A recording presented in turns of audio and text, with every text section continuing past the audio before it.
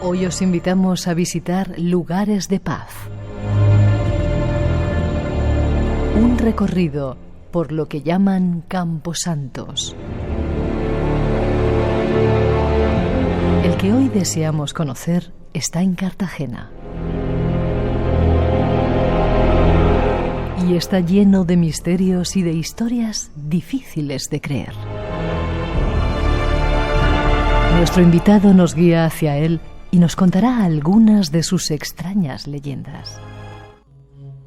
Esta extraña música nos va a servir para hacer un recorrido esta noche por lugares insólitos. Para comenzar nos vamos hasta Cartagena a saludar a Santiago García Lorca. Buenas noches, Santi. Muy buenas noches, Miguel. ¿Cómo estás? Pues bien, entre enigmas y misterios. Ahí andamos casi todos últimamente, ¿verdad? Sí, desde luego. Vale, decir que eres arqueólogo, escritor, te dedicas al mundo de la investigación desde hace bastante tiempo, 2 décadas, has intervenido en varios programas por ahí, y te dedicas últimamente al misterio histórico. Sí, es una de las, bueno, entre comillas, especialidades que me ha ofrecido mi propia profesión, en donde a través de fuentes arqueológicas, fuentes históricas, antropológicas, pues en ocasiones se pueden explicar de una manera racional algunas de las leyendas, algunos de los mitos de nuestro pasado. Uh-huh. Y has escrito un libro que creo que es el primero de una larga serie que quieres realizar, que se llama Cementerios Insólitos, y te centras en Cartagena. ¿Vives en Cartagena? Sí, vivo en Cartagena, pero no ese es el motivo por el cual he comenzado en la ciudad. Como bien dices, es el primero de espero una serie bastante larga de campos santos, para mi juicio los más especiales y espectaculares de la geografía española. Y el hecho de que arranque en Cartagena es porque, bueno, la documentación la tenía. Yo llevo trabajando sobre este cementerio aproximadamente unos 6 años, pero nunca había sacado el tiempo para poder sentar a escribirme sobre él tal y como me hubiera gustado. Y por suerte o por desgracia, la oportunidad la tuve en el fatídico confinamiento del año pasado, en donde pues ahí tuve demasiado tiempo, eso es cierto, y pude desarrollar el libro. Pues con este invitado, Santi García, nos vamos a esta noche a visitar algunos cementerios, ya veréis. Santi, ¿qué tienen los cementerios para ser tan especiales, además de esa paz? Pues yo creo que tienen la esencia del ser humano.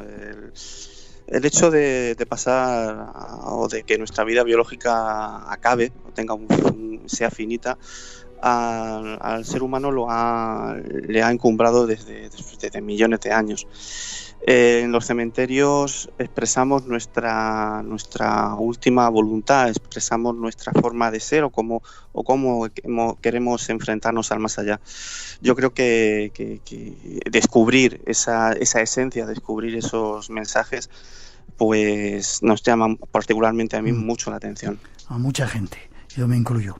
¿Has vivido alguna experiencia extraña en algún cementerio? Hoy vamos a contar unas cuantas, pero ¿tú personalmente has vivido alguna?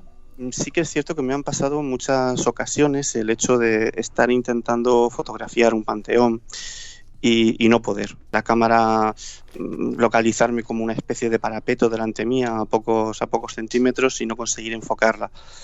Casualidades de la vida, pues a futuro me entero de que el panteón que yo estaba intentando fotografiar y otros tantos pues acababan de sumarlos y acababan de enterrar allí a una serie de personas, por lo cual lo que dedujo es que la propia cámara lo que me estaba captando eran esos gases, esos fuegos fatuos que se desprenden en el momento de la decomposición. Pero no nada más allá de que te hayan tirado el pelo, como creo que me vas a contar. ¿Eso no? No, eso, experiencias de ese tipo todavía no. Vale, espérate que todavía te toca, seguramente, ¿eh? Seguro. Vale, vamos a Cartagena. ¿Por qué Cartagena? Yo creo que es la gran desconocida, es un lugar que está lleno de misterios y no se ha hablado mucho sobre ellos, ¿verdad? Cierto, es una ciudad en donde las leyendas y los enigmas pues, prácticamente forman parte de la idiosincrasia de la misma. Y bueno, tal vez sea por un cúmulo de circunstancias que no sea tan conocida en el mundo del misterio pues como debiese. Historia antigua tiene mucha, ¿verdad? Y pasan montones de civilizaciones por allí. Yo he tenido la oportunidad de conocerla, a veces bajo el agua, cantidad de barcos hundidos, ¿eh? Hay una especie de leyenda negra. Los marineros no querían acercarse a la bahía de la ciudad desde antiguo y prácticamente hasta hace escasos 100 años, porque decían que eran engullidos directamente por la bahía.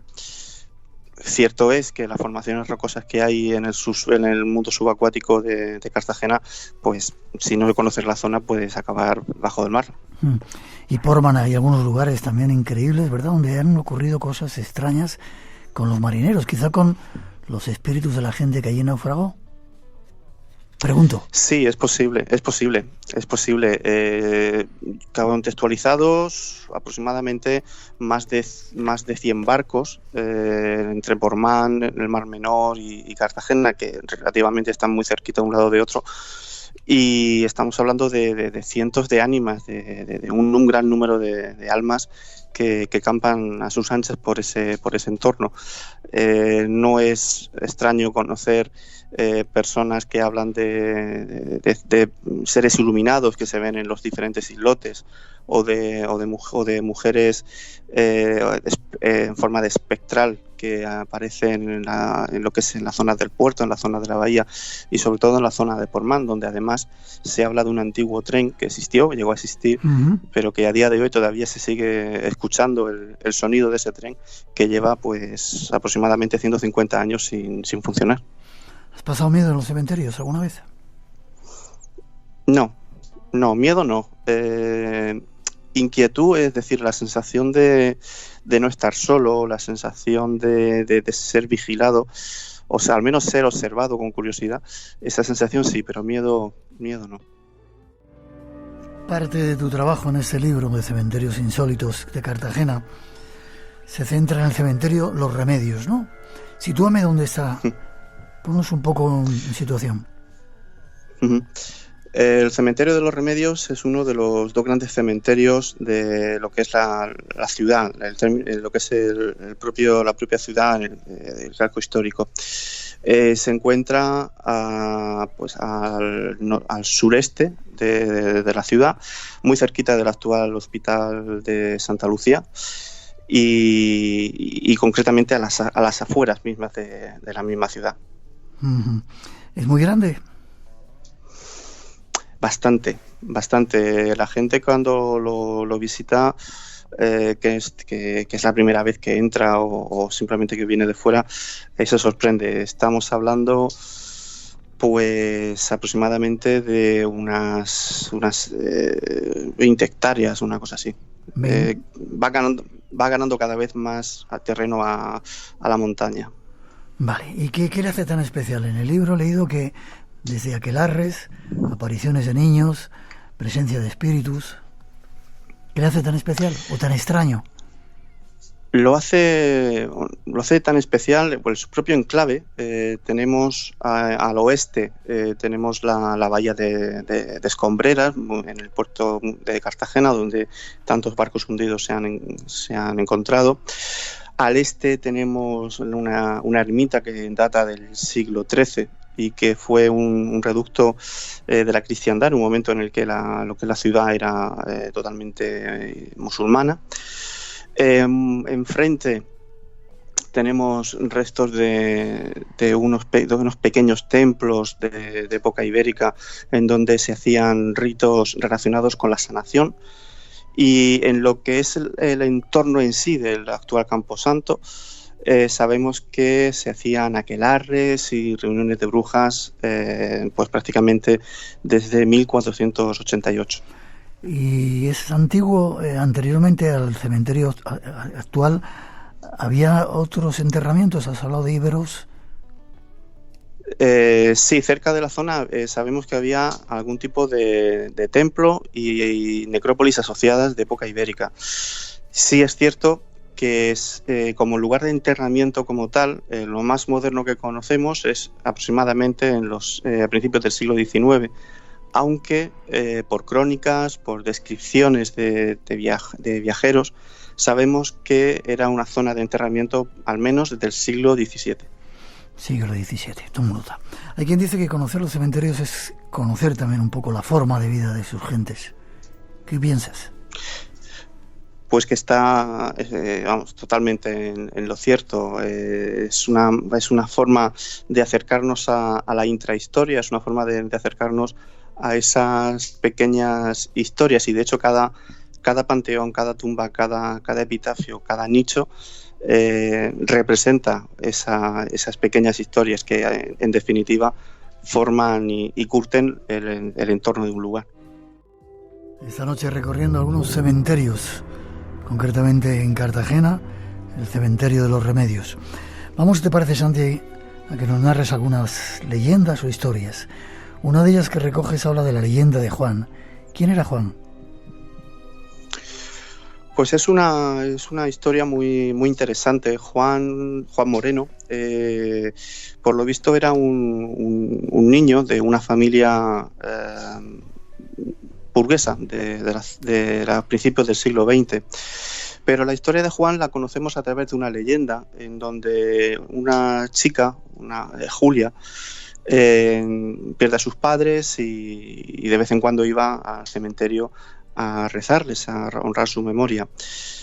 Por circunstancias se encuentra con un niño que en principio no le llama la atención, y lo que sucede es que conforme va viendo las visitas al cementerio, ese niño le va apareciendo siempre en el mismo sitio.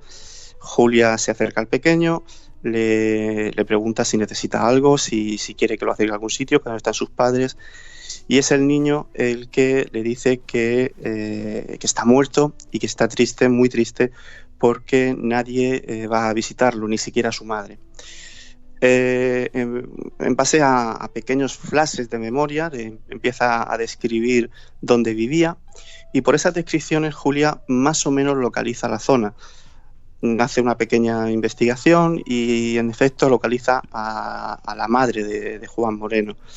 Cuando ella le explica, pues la madre le comenta va a verla a su casa, ¿no? Correcto. Localiza la casa y va a ver a la madre de Juan. Básicamente le viene a decir que a la madre que sí, que el niño murió, que murió con unos 8 años aproximadamente, y que que no sabe ni siquiera dónde se encuentra la tumba porque no dejaron, su esposo no dejó ver dónde enterraban al pequeño. Julia le comenta lo que le ha sucedido, lo que le ha pasado en el cementerio, y acompaña a la madre de Juan a la tumba del niño. ¿Cuál es la sorpresa? Que la señora se derrumba, empieza a llorar, Julia les deja un poquito de intimidad y en ese instante oye un golpe. Cuando se viene a dar cuenta, la madre de Juan acababa de fallecer, estaba caída sobre la tumba con una sonrisa. La leyenda habla de que Julia interpreta esto como que el alma del pequeño se ha unido por fin con el alma de su madre. Y desde ese día la tumba siempre aparece con un ramo de flores. La leyenda habla de que Julia le deja unas pequeñitas flores y que conforme las deja, pues una especie de un viento las esparce sobre la tumba. A día de hoy esa tumba todavía sigue estando en el cementerio, y a día de hoy la gente que efectivamente va dejando esas flores en el recuerdo, pues llegan a atestiguar, llegan a comentar que efectivamente casi siempre suele pasar eso de que el ramo de flores se desprenda de la tumba y acabe por encima. Es como si una prueba de que la madre y el hijo están juntos y que quieren esparcir esas flores para repartirlas, ¿no? Algo así, sí. Qué historia chula. Nos vamos a otra historia, Juana Carrillo. ¿Quién era este personaje? Juana Carrillo es supuestamente es el primer la primera persona que se entierra en el cementerio de los Remedios, y asociada a ella hay una leyenda que habla de la guardiana del Camposanto, guardiana de almas, eso se sobreentiende. La primera persona enterrada en el cementerio de los Remedios, su alma debe de velar por el descanso del resto. Lo curioso es que desde los años 60 se llevan viendo, o hay testimonios que llevan describiendo a la misma mujer vestida de negro, que aparece por los mismos sitios, y sobre todo cuando el cementerio está a punto de cerrar. Todo el mundo que consigue hablar con ella le invita a salir del cementerio, que va a cerrar las puertas. Esta mujer asiente con la cabeza, pero en un descuido, acompañándoles, desaparece casi delante de su vista. Juana Carrillo en sí se ha podido demostrar que no es que sea la primera persona enterrada en el Camposanto, porque la lápida habla del 1 de octubre del 68, de 1868. Sabemos que en cementerios se están enterrando desde 1804 al menos, y lo que sucede es que parece que bajo la advocación de Nuestra Señora de los Remedios, efectivamente, Juana Carrillo sí que ha sido la primer cadáver enterrado. En los cementerios, Santi, suele haber árboles muy grandes. Hablas de un árbol, el árbol del infierno. ¿Está en el cementerio de los Remedios? Pues está en el cementerio de los Remedios y en todos los cementerios. Me refiero al ciprés. Si nos percatamos un poquito y hacemos memoria, seguro que caemos en la cuenta de que el ciprés está en todos los lugares donde hay algún cementerio o alguna necrópolis. Hay un mito griego que habla de que el ciprés es el árbol de la muerte, pero es el árbol de la muerte porque es el árbol que nace en el mismo infierno. Se dice que lo que vemos, lo que los humanos ven, que es la copa, la parte superior de ese árbol, es solamente la punta del iceberg, y que las raíces anclan hasta y descienden hasta el mismísimo Hades. Es muy curioso porque he podido constatar que el fruto del ciprés, a los niños de la Cartagena de 1920, de 1930, que hoy, o 40, que hoy ya tienen pues 60, 70, 80 años, 90, yo les presentaba el fruto del ciprés y ellos me decían que con eso jugaban a las calaveras y que entre ellos se tiraban calaveras unos a otros. Cuando les pregunto por qué llamaban el fruto del ciprés de esa forma tan extraña, ¿no? En principio me responden tal cual estoy contando, porque es el árbol del infierno. Qué curioso. Pozo de las Ánimas. ¿Dónde está? ¿Y qué es? El Pozo de las Ánimas se encuentra en el lado oeste de la basílica que está construida en el cementerio de los Remedios, y es un lugar donde las personas pueden contactar con las ánimas benditas, con las ánimas del purgatorio. Hay una tradición que habla de que si necesitas algo de ellas, pues le pides una oración, haces un pequeño rito y le pides por lo que necesitas, pero a cambio le tienes que ofrecer algo. Documentados tengo muchos casos. Uno es el de una chica que le diagnostican un cáncer, un tipo de cáncer, y pide a las ánimas del purgatorio, se acerca a ese pozo y pide. Tiene suerte en el sentido de que le conceden el deseo, es decir, a los pocos años esta mujer está totalmente sana y curada de ese cáncer, pero se olvida de hacer el pago, se olvida de devolverles el favor. Las ánimas del purgatorio la visitan a casa y en base a unos terribles golpes, a unos golpes muy profundos, muy, muy secos, le recuerdan lo que había prometido. Al poco tiempo, la mujer simplemente colocó una bolsita de caramelos, que era lo que había dicho que iba a dar en el caso de que se sanase. ¿Y todo pasó? Sí, todo terminó con eso. De hecho, se dice de que ella deja la bolsa, se gira y justo cuando habían dado unos cuantos pasos, se escucha como si alguien estuviera abriendo la bolsa. Se gira rápidamente, no ve a nadie, pero sí ve la bolsa abierta, caramelos esparcidos y uno de esos caramelos comido, roído. Qué curioso. ¿Hay mucha gente que visite este lugar, el Pozo de las Ánimas? Muchísima. A día de hoy es raro verlo sin alguna flor, sin velas, sin bolsas, sin objetos. Es muy difícil verlo, digamos, vacío, sin nada. En el libro resumes algunos de los fenómenos que se dan en este lugar. Dolores de cabeza, una sensación extraña de malestar general en todo el cuerpo, que desaparece en el mismo instante cuando se sale del cementerio, sentirse observados, oír llantos y gritos, avistamientos de sombras y tirones de pelos.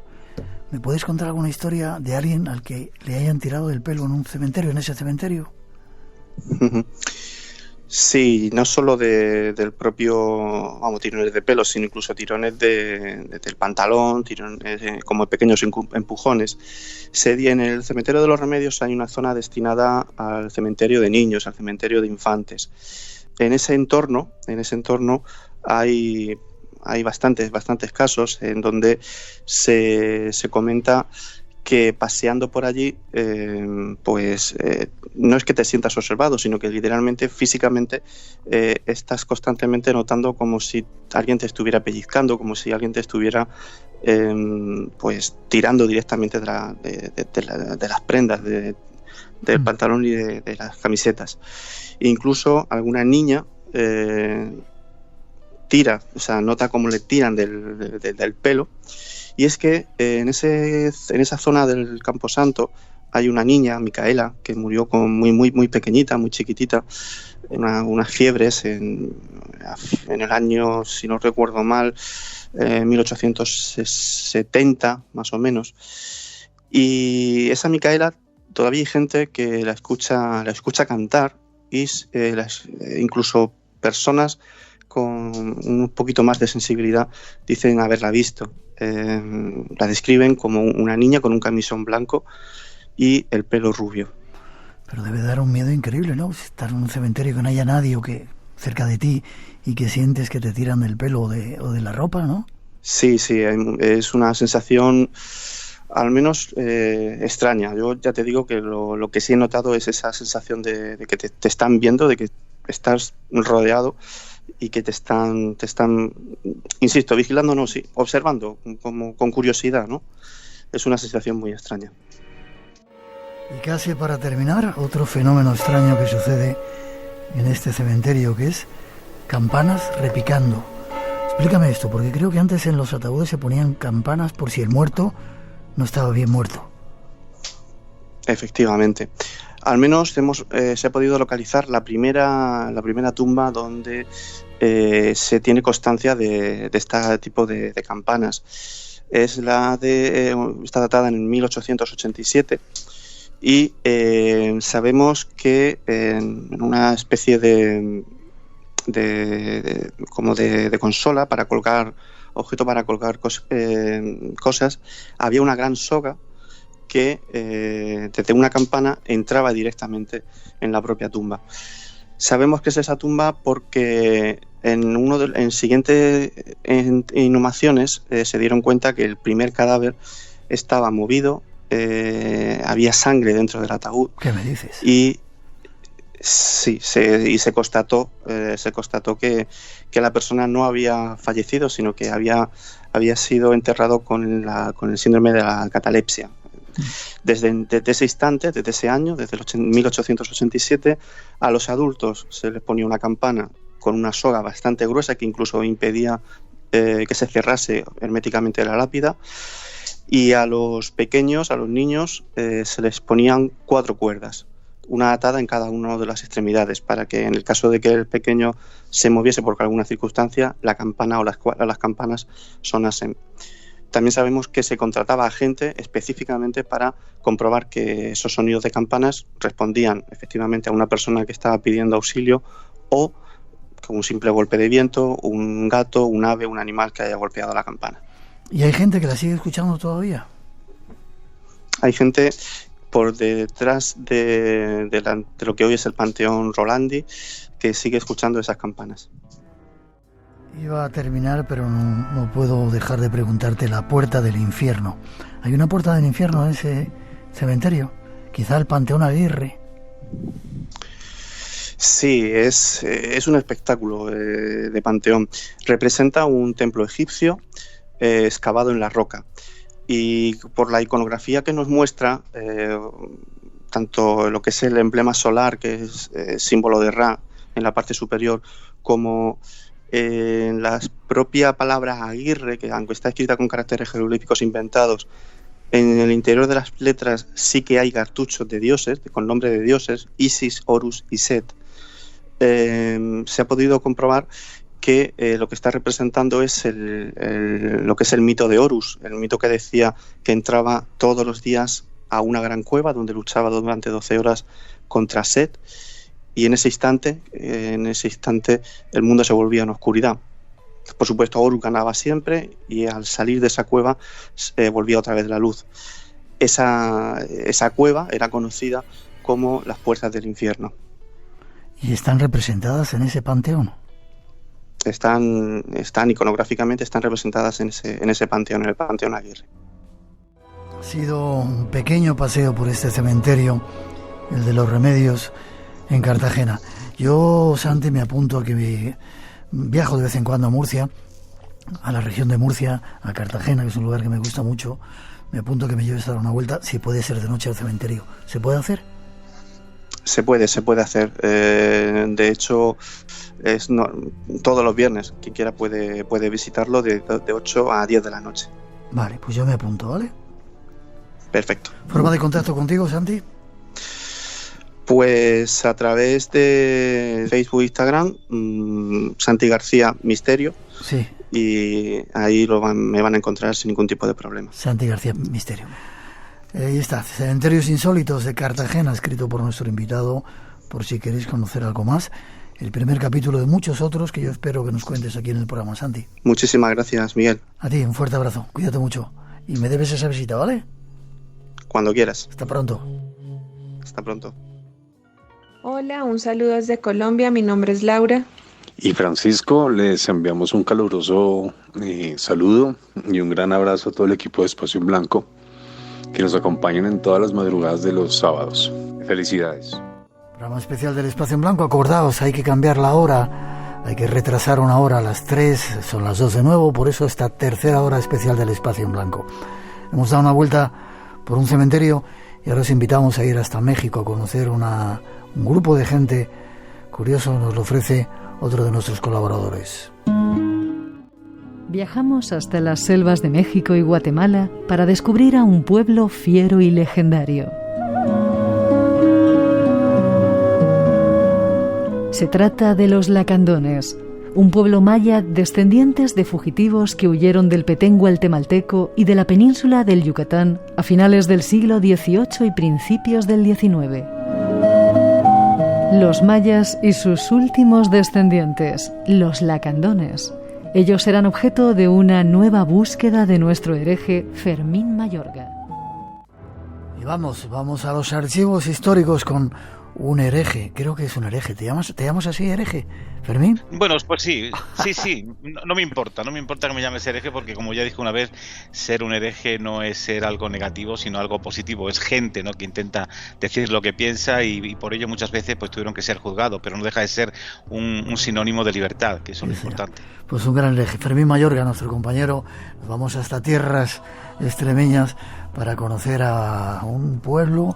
Esta vez nos vamos lejos, y no vamos a hablar de niños, sino nos vamos hasta México, hasta Chiapas, ¿verdad, Fermín? Sí, vamos a hacerle un guiño a nuestros oyentes de América Latina, que sabemos que son muchos, y vamos a contarles precisamente una de esas historias que sin duda alguna pasan desapercibidas para muchos, pero que sin duda alguna están ahí insertadas dentro de esos legajos y manuscritos de lo que es el Archivo General de Indias. Y posiblemente los lacandones pues sean eso, ¿no?, los indígenas más estudiados de Chiapas, pero también sean quizás los más desconocidos, ¿no? Durante casi 300 años el término lacandón, bueno, pues fue utilizado por los españoles para referirse sobre todo a cualquier grupo de indígena que no hubiese aceptado someterse, ¿no?, y que hubiera huido hacia el interior de la selva chiapaneca. Y de hecho el solo nombre de estos grupos provocaba el terror en los pueblos de paz que los españoles habían fundado durante los primeros años de la colonización, ahí precisamente, ¿no?, en esos altos de Chiapas. Y cuando llegan los españoles es curioso porque, como os decía, llamaban a todos los indígenas lacandones, pero se hablaba de ellos como un pueblo guerrero, fiero, indomable y que además practicaba el canibalismo. ¿Es cierto? Esta realidad aparece en los documentos del Archivo General de India, ¿no? De una manera paulatina. Bueno, pues es cierto que este mito del lacandón, un pueblo guerrero, tan numeroso como fiero, indomable, que además practicaba, como bien dices, el canibalismo, bueno, pues se fue construyéndose en la mente de los españoles y de los indígenas que ya estaban conquistados, ¿no?, y que estaban cristianizados. Y sin embargo, bueno, es más que posible que esa fiereza no fuera más que un mito elaborado para justificar la penetración hispana en ciertos territorios pretendidamente salvajes donde precisamente se encontraban estos lacandones. Y quizás ese primer intento serio de entrar en la selva del lacandón se realizó por parte de Pedro de Alvarado allá por 1525. Esa pretensión, como la de otras muchas que le siguieron durante varias décadas, se verían condenadas al fracaso, sobre todo porque los lacandones eran muy esquivos y ellos dentro de las selvas sabían perfectamente camuflarse, y ahí los españoles perdían de alguna manera su fuerza porque la cerbatana era capaz de hundirles, era capaz de matarles, esas cerbatanas envenenadas. Ahí el cañón poco podía hacer, la pólvora sí podía hacer si realmente detectaban al indio, pero ellos jugaban con ventaja. Por lo tanto, la selva siempre fue su escudo natural, su escudo protector, que hizo que durasen durante muchísimos siglos sin ser realmente doblegados, y se mantuvieron invictos prácticamente. Montones de datos tengo aquí que nos has aportado y que vas a dar a nuestros oyentes acerca de los lacandones. Cuando se habla de los lacandones, y ahora seguimos un poco con su historia, se dice que son los últimos descendientes de los mayas, que cuando la civilización estaba ya acabándose o diluyéndose y antes de la llegada de los españoles, prefirieron apartarse y meterse en las selvas más profundas para evitar ser conquistados. ¿Cierto? Sí. Así es. Ellos eran conscientes de que realmente la selva era su madre, era su protectora, y como tal ahí sabían que tenían que ubicarse, ¿no?, bajo las enaguas de esa frondosa, ¿no?, selva natural que sin duda alguna les protegería.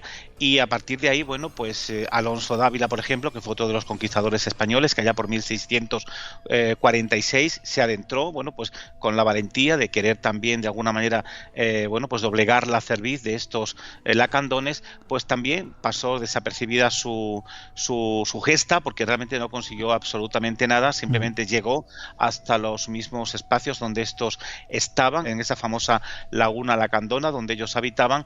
Intentaron llegar a la misma, pero cuando iban llegando, los propios indios eran mucho más inteligentes que los españoles, conocían perfectamente el terreno, y cuando ellos quisieron llegar a la isla, ellos ya estaban en la parte opuesta, ¿no? Lo único que consiguieron fue a una pobre anciana que les sirvió de chivata en un momento determinado para intentar perseguir lo que realmente iban buscando, que realmente no era tanto la cristianización de los lacandones, sino el oro y todas las riquezas minerales y de cacao, de vainilla que estos tenían en su territorio. Ajá. Eso te iba a preguntar, en la provincia de Lacandona era muy abundante el cacao, vainilla, achote, y había minerales como oro y otro tipo de riquezas, ¿no? Quizá, lo que acabas de decir, los españoles, aparte de querer cristianizarles, iban detrás de todo eso, ¿verdad? Totalmente, hombre, de un tiro mataban 2 pájaros, es decir, me aprovecho de la riqueza y a la vez ya los utilizo para lavarles el cerebro y domesticarles, ¿no? Y llevarlos por la senda del crucificado, que en definitiva fue en lo que consistió la conquista, ¿no? En esas 2 líneas,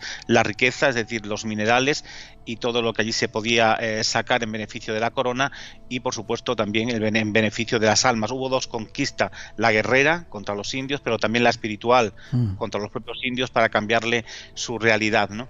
Y ahí tenemos también, por ejemplo, que ese momento donde los propios indios dicen llegaron a atacar a religiosos es una realidad, está perfectamente documentado y sabemos cómo, por ejemplo, sí. Eso te iba a preguntar yo, si los sacerdotes que habían llegado, los monjes que habían llegado para intentar cristianizarles, les dieron caña, ¿verdad? Les dieron caña porque lógicamente ellos entendían que aquello era una usurpación de su terreno, de sus libertades, y como tal entendieron que eran enemigos. Y ahí tenemos, por ejemplo, bueno, pues ejemplos a través sobre todo de escritos de don Jacinto de Barrios, que era un alférez, un militar, un maestre de la época, que actuó contra los indios lacandones y que, bueno, pues nos cuenta, por ejemplo, cómo ciertos frailes fueron, bueno, pues masacrados, ¿no?, por los propios indígenas, y te dan nombres y apellidos de los propios religiosos. Por ejemplo, el padre Fray Domingo Vico, al que asaetearon junto a 2 jóvenes indios que iban con él. A todos le sacaron los corazones y los sacrificaron. Este sacerdote llevó de compañero a otro sacerdote llamado Fray Andrés de Santa María, que murió alanceado, y también padecieron martirio, parece ser, Fray Juan Ezquerra y Fray Gonzalo Jimeno, y lo mismo sucedió con los siguientes religiosos que vinieron a estas tierras, como Fray Alejo de Montes y Fray Alejo de Salazar, siendo el pueblo lacandón gente, siempre según los españoles, que adoraban por su idolatría a sus ídolos, a los demonios. Estos indios comen carne humana, y para derrotarlos necesitaría 1000 arcabuces vizcaínos, como debían ser estos arcabuces, ¿eh?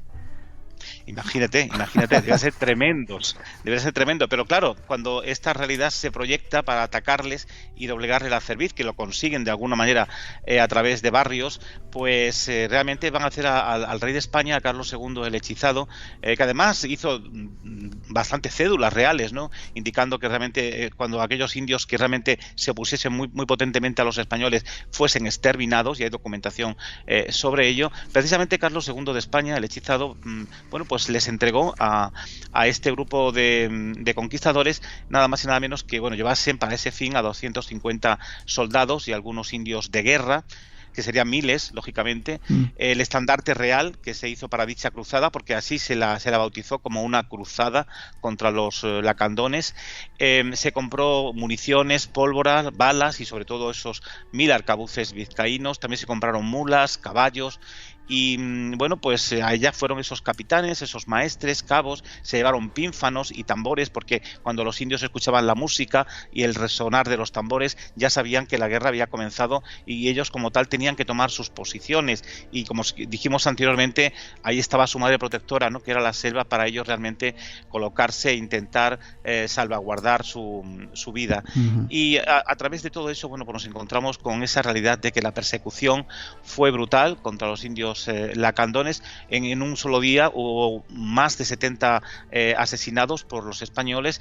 Los otros fueron de alguna manera capturados y tuvieron que ser doblegados a la cerviz de los conquistadores, pero cada vez que podían se escapaban, y cada vez que podían algunos de ellos morían en esos intentos, porque realmente veían que lo que estaban visualizando pues no era algo positivo ni algo realmente serio, ¿no?, de lo que sería el poder decir que su vida iba por buen camino, sino todo lo contrario, ¿no? Se encontraron con una realidad que sin duda alguna lo superó, y esto hizo que psicológicamente pues quedasen muchos de ellos completamente amedrentados y totalmente esclavizados. Tiempos convulsos aquellos, supongo que cuando verían a los españoles con sus armaduras y montados a caballo, pensando que podían ser el regreso de los antiguos dioses, y vieron su comportamiento, solamente verlos a caballo debía ser tremendo, ¿verdad? Totalmente, para ellos era una imagen que no habían visto nunca, y por supuesto pensaban en un principio que podían ser sus dioses, pero la realidad era otra completamente diferente, y ante esa realidad pues ellos también tenían que utilizar la fuerza que tenían, y con ella, bueno, pues actuar de la manera que actuaban, en defensa de su territorio, en defensa de su cultura y en defensa de su grupo, y por lo tanto si yo a Miguel Blanco, a cualquier oyente, le doy un tortazo, él tiene derecho a defenderse. Y lógicamente esta actuación fue la que hicieron los lacandones, ¿no? Actuar contra aquellos que de alguna manera usurparon su casa, usurparon su territorio y su cultura. Y esta noche de nuevo con Fermín Mayorga, nuestro compañero, el hereje libertario, hablándonos de los indígenas, no solamente de cuestiones de España, sino datos sacados del archivo histórico, hablando de los indios, los indígenas lacandones.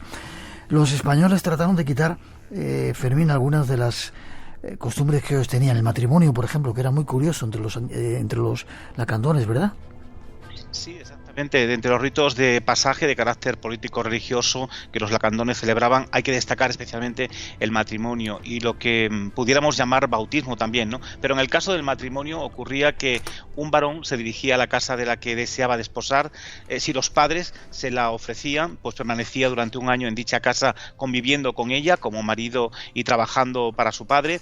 Pasando el año, si la prueba resultaba de alguna manera infructuosa, el varón de alguna manera se podía ir a buscar a otra mujer, y si por contra la prueba fuera positiva, pues se celebraba una unión en la que los desposados eran tiznados antes de que se produjera el intercambio de regalos, y estos, bueno, pues consistían normalmente en un banquillo pintado de colores donde se sentarían en un momento determinado, y a partir de ahí, bueno, pues se les hacía una fiesta de regocijo de toda la población lacandona para celebrar ese evento como tal, es decir, un banquete festivo.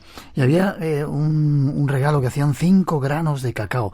Qué importante era para esta cultura, para estas culturas, el cacao, ¿verdad? Sí, porque lógicamente era una fuente de vida que ellos también comerciaban de alguna manera con otros grupos cercanos, también lacandones, y que, bueno, pues les sirvió de mucho, porque ellos entendían que el cacao era poco menos que un milagro de sus dioses, ¿no? Era la vida eterna. Ellos a través del cacao podían, si lo ingerían de alguna manera, podían de alguna manera estar más cerca, según su creencia, de sus propios dioses, y de hecho en los propios adoratorios, en las propias huacas de los lacandones de antaño, cuando llegan los españoles, se encuentran ya no solamente a los ídolos, sino al lado de los ídolos pequeñas vasijas con cacao. Para ellos el cacao era muy importante, y de hecho estas vasijas que fueron destruidas, y todas las momias, todas las huacas donde se encontraban estas momias de sus familiares también fueron destruidas, y sus ídolos quemados en un auto de fe que se hizo precisamente una fecha muy concreta, que fue el 2 de mayo, donde precisamente, bueno, se echaron en la hoguera todo ese tipo de avalorios para que precisamente el demonio de alguna manera desapareciese de ese entorno, porque entendían que toda esa realidad idolátrica que ellos desarrollaban iba en contra del crucificado. Había otro ritual también, aparte del matrimonio, que era el bautismo, que me gustaría que nos contaras cómo era. Sí, bueno, el bautismo, al cumplir la mujer su 5º mes de gestación, el marido normalmente abandonaba la vivienda retirándose a dormir a la casa de los ídolos, y de la que solo volvía 5 días después de que se hubiese producido el alumbramiento. Y transcurridos 20 días del nacimiento, se celebraba una fiesta comunitaria en la que una anciana cortaba parte del pelo del neonato para a continuación quemarlo con 6 pedazos de ocote encendidos, una especie de pino, ¿no? De resina de pino, y después los untaba con sangre de guajolote, te dice el documento, dirigiéndose siempre al centro ceremonial. Y los españoles, precisamente, cuando entraron en esas tierras lacandonas, una de las cosas que más les sorprendió fueron encontrarse precisamente cadáveres en los caminos, ¿no? Dejado seguramente allí es profeso para protegerse los propios lacandones a través de sus dioses de esta entrada de lo que ellos consideraban sus enemigos. Cuando llegaron los españoles también destruyeron los adoratorios que tenían los lacandones, ¿verdad? Sí, ya hemos dado ahí una pista, destruyeron todos sus adoratorios, y ese auto de fe que hemos dicho de 2 de mayo de 1696 fue la clave para la destrucción total de toda su cultura, en definitiva sus libros que tuviesen, sus códices, todo lo que fueron sus ídolos, y a partir de ahí, bueno, pues intentaron de alguna manera domesticarlos, pero no les fue fácil, porque ellos, digamos, tienen una doble personalidad, asistían al templo, a la iglesia, por aquello de que realmente no fuesen perseguidos, pero cuando llegaba la noche ellos se acercaban a sus adoratorios, que sabían dónde se encontraban, que estaban destruidos, ellos se arrodillaban ante ellos y allí rezaban las oraciones de sus antepasados y seguían de alguna manera abrazando y elevando sus brazos al cielo en favor y pidiendo gracia y pidiendo de alguna manera también que su vida le fuese mucho mejor y no tan dura, ¿no? En esos, como la estamos viviendo en esos momentos con los españoles, gracias sobre todo, bueno, pues a esas plegarias y oraciones que desde esos adoratorios elevaban a sus dioses. Casi terminando, ya llegando un poco a nuestras fechas, se intentó cristianizarlos de muchas maneras, en 1862 por parte de religiosos capuchinos, pero luego a partir de la década de los 50, 1950 supongo, llegaron misioneros protestantes norteamericanos, ¿verdad? Exactamente, a esas comunidades lacandonas, y los primeros en llegar fueron los presbiterianos, quienes lograron de alguna manera convertir a algunos habitantes de Naá y a casi todos los del sur. Y bueno, la influencia del protestantismo ha originado precisamente la desaparición de muchas prácticas rituales entre los conversos, aunque algunas de ellas solo se han modificado, ya que los lacandones han adoptado el discurso protestante a su propia cosmogonía. Es decir, aquí termina la cultura lacandona, es decir, todas sus vivencias anteriores, toda su idolatría, que así lo entendían los españoles, todas sus deidades cayeron, sus bautismos como ellos los entendían, sus matrimonios como ellos lo entendían también cayeron, los vistieron con un traje de color blanco, símbolo de la pureza, porque se supone que ya eran cristianos y como tal habían abandonado las orillas, ¿no?, del príncipe de las tinieblas y se habían convertido en lo que actualmente vemos que son cristianos, y ya su cultura anterior queda escrita, queda insertada lógicamente en estos legajos, pero hoy por hoy ya no la tienen en sus mentes. Te iba a preguntar eso casi para terminar. Es muy curioso cuando uno va a la selva, a esa selva lacandona, y te encuentras indígenas que en otros sitios van, bueno, llenos de plumas, con poca ropa. Ellos van con una túnica blanca en mitad de la selva. Y decías, yo me preguntaba, ¿y dónde vendrá esto de la túnica blanca? ¿Será para diferenciarse del resto de los indígenas? Pero nos acabas de dar la respuesta, ¿no? Quizá es una influencia de los protestantes. Sí, totalmente. Es el símbolo de la pureza del cristiano. El color blanco, igual que el negro representa el mal, el blanco representa el bien. Cuando ellos se convierten al cristianismo ya de una manera clara y potente, porque están perfectamente controlados, pues han dejado atrás todo el mal, todo su comportamiento demoníaco, según entendían los cristianos, y se han adentrado en otro espacio, que es el espacio de Cristo, y como tal se les dota de una túnica blanca, símbolo de la pureza.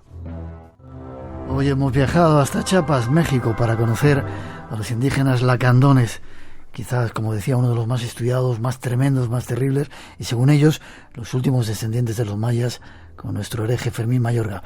Gracias por contarlo, por ser siempre tan didáctico. ¿Forma de contacto contigo? Pues bueno, a través de mis redes sociales, a través de Crónicas de Chimenea, ese canal de YouTube, mi correo electrónico ferminmayorga@gmail.com. Gracias, Fermín. Fuerte abrazo, cuidarte, seguimos en contacto. Será un placer como siempre. Un abrazo para todos. Gracias, hasta pronto. Gracias.